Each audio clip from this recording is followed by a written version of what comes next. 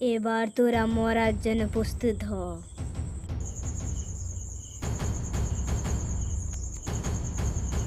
রিমঝিম ওই দুজন গুন্ডার গলা কেটে মেরে দিল। এদেরকে তো মেরে দিলাম, এবার তোর পালা রিজু।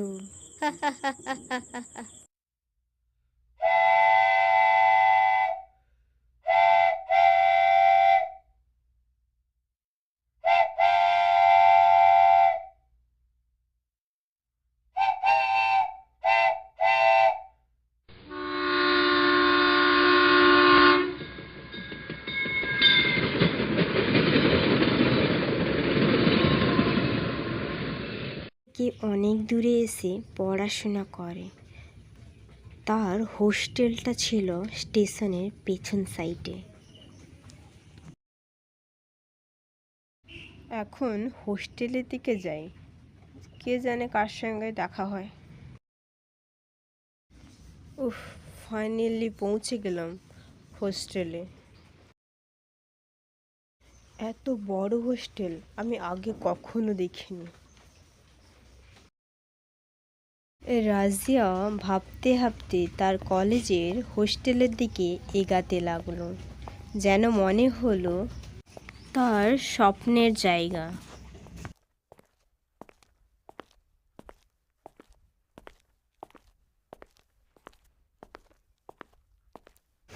রাজিয়া মিস ওয়ার্ডেনকে খুঁজছিল তখন নিচে একজন মেয়ে বলল যে মিস ওয়ার্ডেন তো দোতলার ছাদে বসে আছে।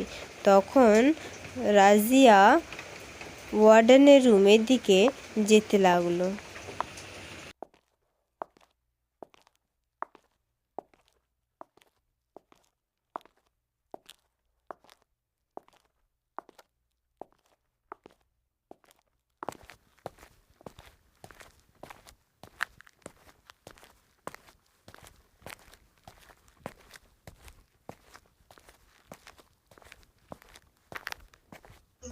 ম্যাডাম, আমি আসতে পারি?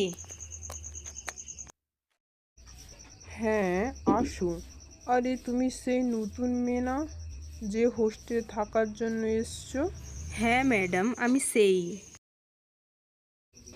তোমার নামটা কি? ম্যাডাম, আমার নাম রাজিয়া। এই নাও তোমার রুমের চাবি, রুম নাম্বার 301। ম্যাডাম, আপনি রুম দেখাতে যাবেন না? না না, আমার সময় নেই, আমি ব্যস্ত আছি। মিস ওয়ার্ডেনের কথা শুনে রাজিয়া চলে গেল। রাজিয়া রুম খুঁজতে খুঁজতে অবশেষে তার রুমের কাছে সে পৌঁছে গেল। তুই কি নতুন এই ঘরে থাকবি নাকি? হ্যাঁ, কেন? রুমটা ভালো না, তুই যত তাড়াতাড়ি পারিস রুমটা চেঞ্জ করে নে। আর রাম রাম সাবধানে থাকবি, বুঝলি? তার কথা শুনে রাজিয়া পুরোপুরি হতভম্ব হয়ে গেল। ভাবলো কি বিষয়। রাজিয়া মিস ওয়ার্ডেনের রুমে আবার ফিরে এলো। কি হলো, আবার তুমি এই রুমে ফিরে এলে রাজিয়া? ম্যাডাম, আমি ওই রুমে থাকবো না। রুমটা কি চেঞ্জ করা যাবে? কেন, কি হয়েছে? ওই রুম ছাড়া আর অন্য রুম ফাঁকাই নেই। ওই রুমটা ভালো না, সবাই আমাকে বলছে। সবাই যে এই রুমের ব্যাপারটা জানে, এই নতুন মেয়েটাও জানতে পেরে গেল নাকি? ওয়ার্ডেন এইসব কথা গভীরভাবে ভাবতে লাগলো। এদিকে রাজিয়া সবার সঙ্গে বসে ক্লাস করতে লাগলো। ক্লাসটা শেষ করার পর সে খুব ক্লান্ত হয়ে গেল আর রুমের কথা ভাবতে লাগলো সে। সারাদিনে অক্লান্ত পরিশ্রমের কারণে রাজিয়া খুব তাড়াতাড়ি তার বিছানায় ঘুমিয়ে পড়ল। রাজিয়া, রাজিয়া, রাজিয়া, রাজিয়া। কে? ওইখানে কে? কে তুমি? আমার সামনে আসো। তখন রাজিয়া ভাবলো যে এটা হতে পারে আমার মনের ভ্রম।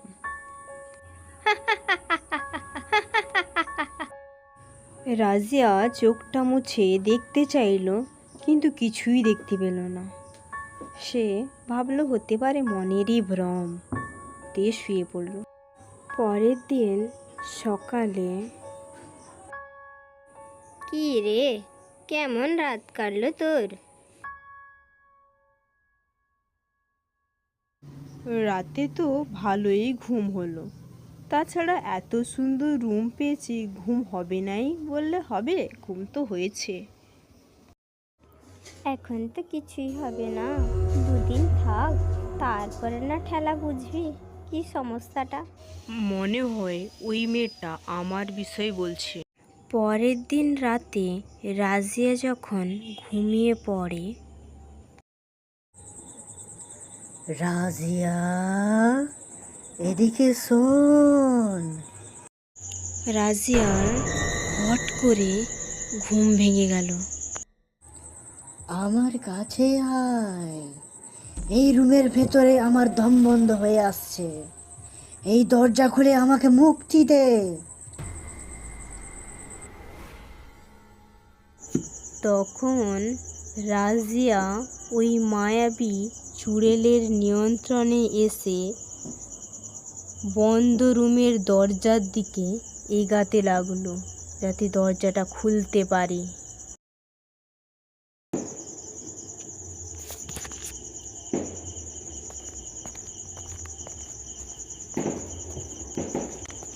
রাজিয়া, এ তুই কি করছিস? কই, আমি কিছু করিনি তো। এই বন্ধ দরজার কাছে তুই কোনোদিন আসবি না। আচ্ছা ঠিক আছে, কিন্তু এই বন্ধ দরজার কাছে যেতে পারবো না কেন? আমার অফিসে চল, আমি সব ঘটনাটা খুলে বলছি। রাজিয়া আর মিস ওয়ার্ডন অফিস ঘরের দিকে যেতে মিস ওয়ার্ডন ও রাজিয়া এসে অফিস ঘরে বসলো। ম্যাডাম, কেন সবাই ওই 301 নম্বর রুমে যেতে ভয় পায়? মিস ওয়ার্ডন রাজিয়াকে সব ঘটনাটা খুলে বলতে লাগলো। এটা হলো রিমঝিমের বাড়ি। রিমঝিম হলো একটি মধ্যবিত্ত বাড়ির মেয়ে। রিমঝিম তার কলেজে পড়াশোনা শেষ করতে আর 1 বছর বাকি আছে, কিন্তু রিমঝিমের মা রিমঝিমের জন্য একটা ছেলে দেখা শুরু করলো। রিমঝিম, এই বছরে কলেজটা শেষ করে নে, তারপর একটা ভালো বাড়ি দেখে তোর বিয়ে দিয়ে দেব, বুঝলি? রিমঝিম তার মাকে বলতে পারল না যে সে আকাশকে ভালোবাসে। সে তার মনের কথা বলতে পারল না, চুপ করে দাঁড়িয়ে থাকলো। আজকে তোকে ছেলেপক্ষ দেখতে আসবে, বুঝলি? আর বেরিয়ে থাক। রিমঝিম মনের ভেতর খুব কষ্ট পেতে লাগলো। রিমঝিমকে ছেলেপক্ষ দেখতে এলো, আর রিমঝিমকে দেখে তাদের পছন্দ হয়ে গেল। ছেলে আর মেয়ে দুজনকে আলাদাভাবে দেখা করতে দেওয়া উচিত। কি বলছো তুমি, বলো? হ্যাঁ, ঠিক বলেছো তুমি। রিমঝিমের মা ভাবলো যে ছেলে তো খুব সুন্দর দেখতে, আর ওর বড় লোকের বাড়ির মনে হচ্ছে, আর মেয়েকে খুব ভালোও রাখবে। সেই সময় তারা বিভিন্ন ধরনের কথা, হাসি, মজা ও ঠাট্টা করতে লাগলো একের অপরের সাথে। এবার তো আমরা সন্ধি সন্ধি হব। তোমার বাড়ির মেয়ে আমার বাড়িতে বৌমা হবে। তোমার বাড়ির মেয়েকে আমি নিজের মেয়ে করে রাখবো, আর সমস্ত কিছু ব্যবস্থা করো, বুঝলে? হ্যাঁ, করা শুরু করে দেবো। রিমঝিমের মা তার মনের কথা বলতে লাগলো ছেলেপক্ষকে। রিজু রিমঝিমের সাথে দেখা করতে এলো। আমাদের বিয়েটা যে ঠিক হলো, তোমার কি মত আছে? আমি একজন ছেলেকে ভালোবাসি, তার নাম আকাশ। সে আমাদের কলেজেই পড়ে, আর আমি তাকে ভালোবাসি। তুমি আমাকে বিয়ে করবে না না বলে দাও, বুঝলে? রিমঝিম তার মনের কথা রিজুকে বলল, কিন্তু রিজু কি শোনার পাত্র? হ্যালো রিমঝিম, তোমার বাড়িতে কোনো সমস্যা হচ্ছে? আচ্ছা, আমি কালকে গিয়ে তোমার মায়ের সাথে কথা বলবো। রিমঝিম আকাশকে কিছু কথা বলতে লাগলো। পরের দিন সকালে আকাশ রিমঝিমের বাড়িতে উপস্থিত হলো। তুমি কে বাবু? আমি আকাশ, তোমার মেয়েকে ভালোবাসি। তার হাতটা আমার হাতে দাও, আমি তাকে বিয়ে করে খুব খুশিতে রাখবো। দেখো বাবু, আমার মেয়ের জন্য ছেলে দেখা হয়ে গেছে, তাই আর তোমাকে লাগবে না। তখন আকাশ এই কথাগুলো শুনে দুঃখ অনুভব করে তার বাড়ি থেকে চলে গেল।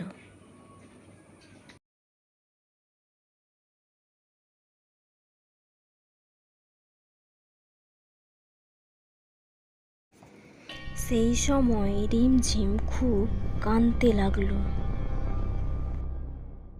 মা, আমি তাকে অনেক ভালোবাসি, তাকে আমি বিয়ে করতে চাই, না হলে আমি বিয়ে করব না। ওর বাড়ি কোথায়? ও কার বাড়ির ছেলে শুনি? ওই যে পাশের গ্রামে বিভূতি নারায়ণ লোকটি, ওর বাড়ির ছেলে সে। ওরা তো নিচু জাতের লোক, আমরা ব্রাহ্মণ, আর ব্রাহ্মণ হয়ে ওই নিচু জাতের লোককে তোর বিয়ে দেব? কখনো দিব না। যতদিন না ওই ছেলেটার ভূত তোর মাথা থেকে না নামে, ততদিন এই ঘরে বন্দি থাকবি, আর তোকে খেতেও দেওয়া হবে না, বুঝলি? রিমঝিমের মা রিমঝিমকে তার ঘরে বন্দি করে দিল আর তাকে ধমকি দিল। এই, তোর নাম কি রে? আমার নাম আকাশ। কেন, কি হয়েছে? একে ধর, বসের অর্ডার আছে, একে মেরে ফেলতেই হবে।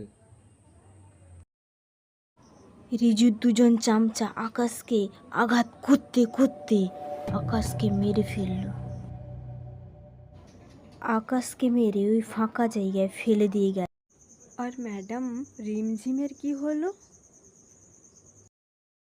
সে জানতে পেরে যায় আকাশকে মেরে ফেলেছে। রিমঝিম বাড়ি থেকে পালিয়ে গিয়ে হোস্টেলে বিষ খেয়ে মারা যায়। খুব খারাপ হয়েছে ওদের সাথে ম্যাডাম। কি হলো, তুমি দাঁড়িয়ে গেলে যে? ম্যাডাম, আমার শরীরটা ক্লান্ত, আর একটু রেস্ট নিলে ভালো, এই জন্য রুমে যাব।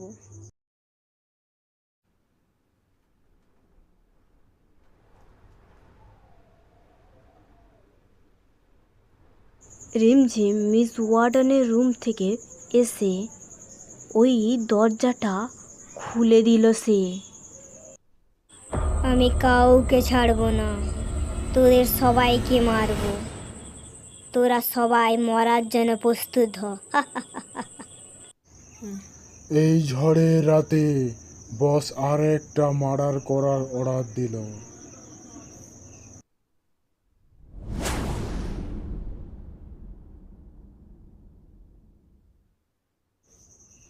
মনে হলো কি পাশ দিয়ে চলে গেল না? এটা হলো তোর মনের ভ্রম। এটা কোনো তোর মনের ভ্রম নেই। কে তুই? মনে নেই তোরা আমার আকাশকে মেরে ফেলেছিস? আমার নাম রিমঝিম। এবার তোরা মরার জন্য প্রস্তুত হ।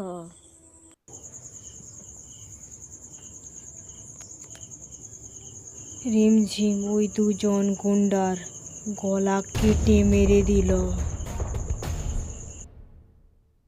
এদেরকে তো মেরে দিলাম, এবার তোর পালা রিজু।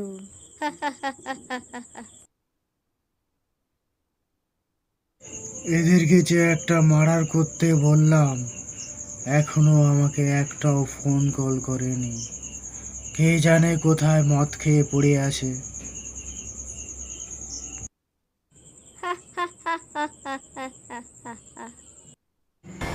কে ওইখানে হাসছে? আমি রিমঝিম। আমার আকাশকে কেন তুই মারলি? আমি তো বলেছিলাম আমি তোকে বিয়ে করব না, তুই কথা শুনলি না। এবার তো তোকে মরতে হবে। না না, আমাকে মেরো না। আমচাকে যেখানে পাঠিয়েছি তোকেও সেখানে পাঠাবো। রিমঝিম রিজুর গলাটা ছিঁড়ে দেওয়ালে ঝুলিয়ে দিল।